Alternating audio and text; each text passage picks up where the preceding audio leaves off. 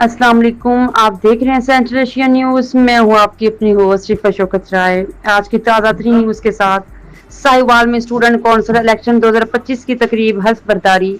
साहिवाल के मुख्तलिफ स्कूलों में स्टूडेंट्स कौंसिल इलेक्शन में कामयाब होने वाले तालिब इल्मों से additional deputy commissioner Usama Majid ने हल्फ लिया।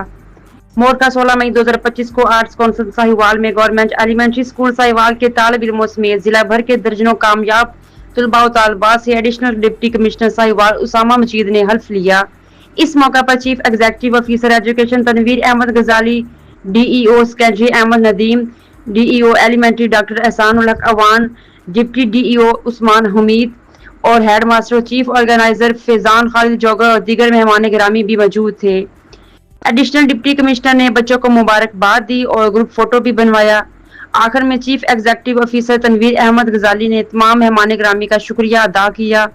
उनका कहना है कि स्टूडेंट्स कौंसिल बनाने से बच्चों में कायदाना सलाहियतों को निखर कर सामने आने का मौका मिलेगा।